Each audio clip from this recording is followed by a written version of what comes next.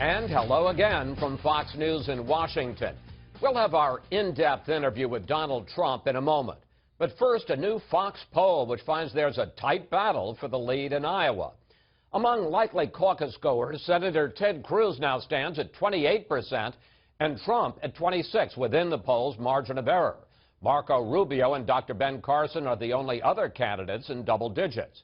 But when the results are narrowed to Republicans who say they will definitely attend the caucuses, Cruz's lead over Trump expands to 7 points, 32% to 25%. Still, when Iowa Republicans are asked who's most likely to beat Hillary Clinton, 32% say Trump, far more than pick Cruz or Rubio. On Friday, I sat down with Trump at Trump Tower in New York City to discuss his campaign and his explosive call to ban Muslims from coming to the U.S. Mr. Trump, welcome back to Fox News Sunday. Thank you. Top Republicans met in Washington this week and discussed the possibility of a brokered convention to block you from being the GOP nominee. Your reaction to the idea that members of the establishment, some members, are talking about trying to stop you? Well, I think they're making a big mistake, number one. I think I'm going to be the one that beats Hillary. The Fox poll, your own poll, came out and said I beat Hillary rather easily. And I think they are kidding themselves. I'm leading in virtually every state. I'm leading in Iowa, although a Des Moines Register does a poll, and I'm sure that'll be negative when they announce their poll. But when you say that they're kidding themselves, meaning what? They're kidding themselves. I'm going to win. I think I'm going to win. You know, I'm not one of these other guys that goes down. I don't go down, I go up. My whole life has been about winning. I'm going to win. You say that you may break your pledge and run as an independent if the party doesn't treat you fairly. When you hear about leaders talking about a brokered convention, when you hear about the New York GOP, some people saying, let's throw them out, do you have a warning for GOP leaders? Look, I understand what they're going through. I wasn't supposed to be here. I was a member of the establishment 7 months ago. I gave $350,000 to the Republican Governors Association. I'm not supposed to be doing this. You see, I'm supposed to be on the other side writing checks and having people do whatever I want. So what do you say to the puppets, Republican leaders? Puppets. I say, folks, you know, I'm sorry I did this to you, but you got to get used to it. It's one of those little problems in life. Now, I'll see whether or not I'm being treated fairly. I want to run as a Republican. I'm a conservative guy. I have great ideas. I'm going to make our country great again. I'm going to make it great again.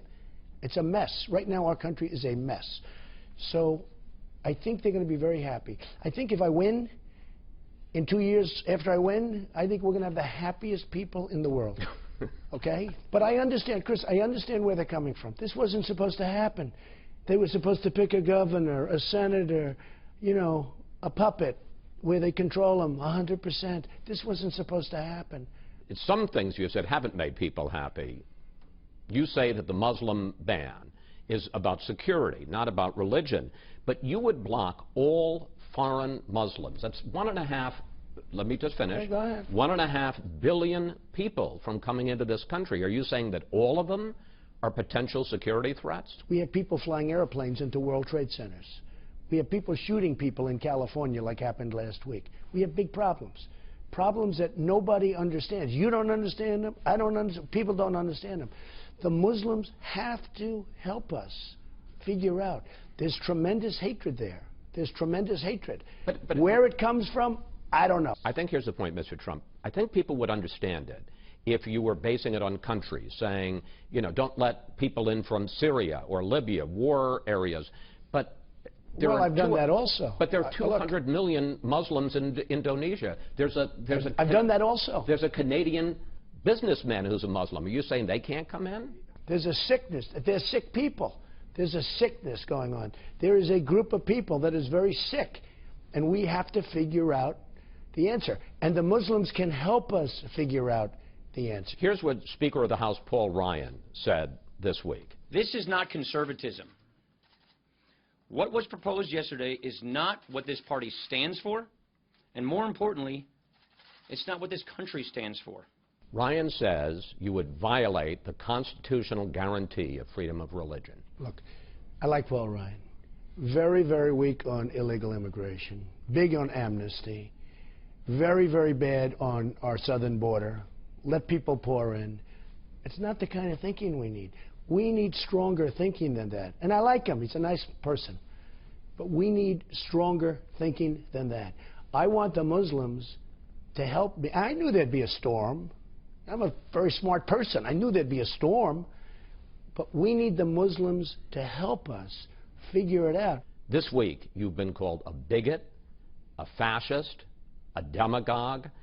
I looked up the word demagogue in the dictionary, and it says someone, a public official who seeks support based on appealing to people's fear and prejudice. Not me. Is that what you're doing? No, it's the opposite. It's called Make America Great Again. It's the opposite.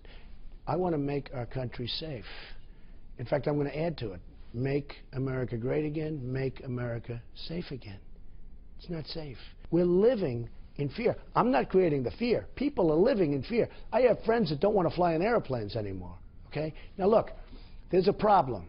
You don't have to admit it, you never will, because you always want to be politically correct. Your father would have admitted it, okay? He's a little different. But you're catching your father very rapidly. Certainly in the ratings we're catching him when we do it together. But look, there's a fear out there. Let's talk practically about how your plan would work. Someone wants to come to the U.S. How do you find out if they're Muslim? Do you ask them?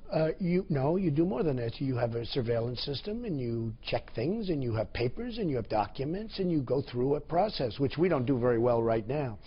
Do you know that in Syria, I hear they're making false passports, and I have heard that ISIS, and I'm pretty good at this stuff, Chris, in Syria, right now, there are people that are making false passports for the migrants, and it's ISIS making the passports, okay? And we have people coming in through the migration, coming into this country with false passports. Now, I'll tell you what, it's got to stop.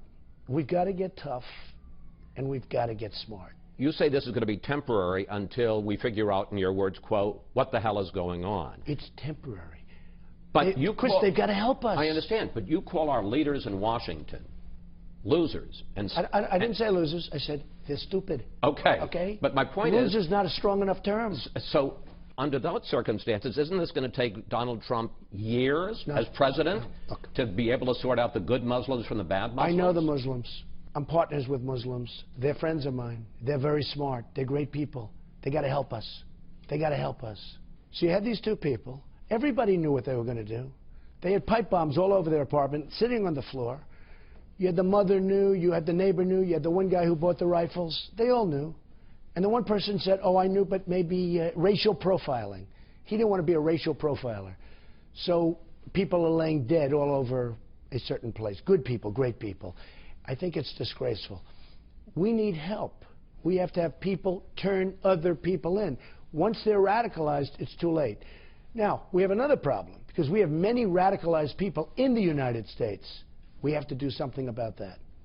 Let's turn to the campaign. You lead in almost all the polls, except for a couple in Iowa, where Ted Cruz is slightly ahead of you.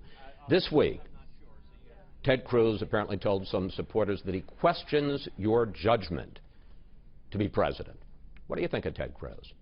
Well, do you notice he said it behind my back? Somebody taped that conversation. He said it behind my back, and that's okay. Look, I don't think he's qualified to be president. Why not? Because I don't think he has the right temperament.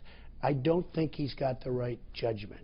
What's wrong with this temperament? Well, you look at the way he's dealt with the Senate, where he goes in there like a, frankly, like a little bit of a maniac. You're never going to get things done that way. Look, I built a phenomenal business. I'm worth many, many billions of dollars. I have some of the greatest assets anywhere in the world. You can't walk into the Senate and scream and call people liars and not be able to cajole and get along with people. He'll never get anything done, and that's the problem with Ted. Most of the so-called experts are now saying maybe Trump wins the nomination, but he's still going to get swamped in a general election by Hillary Clinton. And they point to this. Among women, 27% have a favorable view of you, 62% unfavorable. Among blacks, here's your problem. Here's your problem. Can I just read? No. I think this. You're quoting one poll because there are other polls where I'm very favorable with women. No, but not among all women. Excuse me. We wanted to ask Trump about a USA Today poll last week, which shows him with high unfavorable ratings among women, blacks, and Hispanics. you released a poll, Donald Trump against Hillary Clinton, and I win by 4 points. It's a Fox poll. It's not a Quinnipiac or whoever it is. It's a Fox poll. So Fox and Roger Ailes pays all this money for a Fox poll. In the Fox poll, I beat easily Hillary Clinton. Why don't you talk about that poll? Trump's right. There was a Fox poll that showed him beating Clinton by 5 points. But it was a month old, not 2 or 3 days. How do you answer the question? Are you too divisive? No, Hispanics, I think I'm great. Look, blacks, women? I think I'll win the Hispanics. I employ thousands of Hispanics. They love me. I love them. And I think I'm going to do great with women. And one of the reasons I'm going to do great with women is that I'm a leader. I'm not like Hillary Clinton. She's got no strength. She's got no stamina. Everything she does is like theatrical. Oh, Donald Trump said this. He actually, it was sort of interesting. She said, I watched her last night, Donald Trump, looks like she practices in front of a mirror for 2 hours. Donald Trump said, I think he's dangerous. I'm dangerous. She's the one that caused all this problem. With her stupid policies, you look at what she did with Libya, what she did with Syria. Look at Egypt, what happened with Egypt. A total mess. We don't back any of our allies. You look, she was truly, if not one of the worst Secretary of States in the history of the country. She talks about me being dangerous. She's killed hundreds of thousands of people with her stupidity. What do you mean she's killed hundreds of thousands? She was Secretary of State. Obama was president. The team, right. Two real geniuses. Killed hundreds? 2 real geniuses. Of course. Look at what happened. The Middle East is a total disaster under her. She'd travel back and forth, but look at all the problems. Look at, as an example, Iraq. Total disaster. They didn't get us in, but they got us out badly, okay? Total. We spent $2 trillion, thousands of lives, wounded warriors all over. Look at Libya. Look at Benghazi, our ambassador. He wired her 500 or 600 times asking for help. She'll take her friend's call every time. Hillary Clinton doesn't have the judgment. She doesn't have the strength or the stamina to be president. She will be a terrible president. And I think I'll win. Finally, let's talk money. Should congressional Republicans put policy riders in a bill to keep the government funded? And if so, what issues are worth risking a government shutdown? If we had leadership, you wouldn't have to talk about a shutdown. And one of the things I'm so disappointed with the Republicans is that we have a budget, and then they go to sleep for 2 years. They don't do anything. And they start talking about it just before the budget comes up. It doesn't work that way. Are there policy issues that you would shut down the government over? I don't want to say, and I'll tell you why I don't want to say. There are certain things that we can talk about, but I don't want to say, because they have to think of us as unpredictable. Let me tell you, Boehner said, we will never, ever shut down the government. What happened? He gave away all his cards by saying that. In other words, he gave Obama all of his cards. Okay, it's fine to say that. Now Obama sat back, he got everything he wanted. So I don't want to say what I'll do. Finally, it's called the art of the deal, in all fairness. I mean, nobody in our government understands the art of the deal. Finally, the Federal Reserve meets this week. Should they raise interest rates? And what do you think of Fed Chairman Janet Yellen? Well, she's always been known as very low interest, and as a developer, I like low interest rates. As somebody that loves our country, you're going to have to start raising them, and she should start raising them a little bit at least. Why? Look, I'm getting free money. By doing this, it's a form of printing money. And I think she's fine. She's a very low interest rate person. I think she's probably going to raise them, and if she does, it's going to be a small raise. And I don't think it's going to have much of an impact. Mr. Trump? Thank you. Thank you. Thank you very much. Always a pleasure. Appreciate it.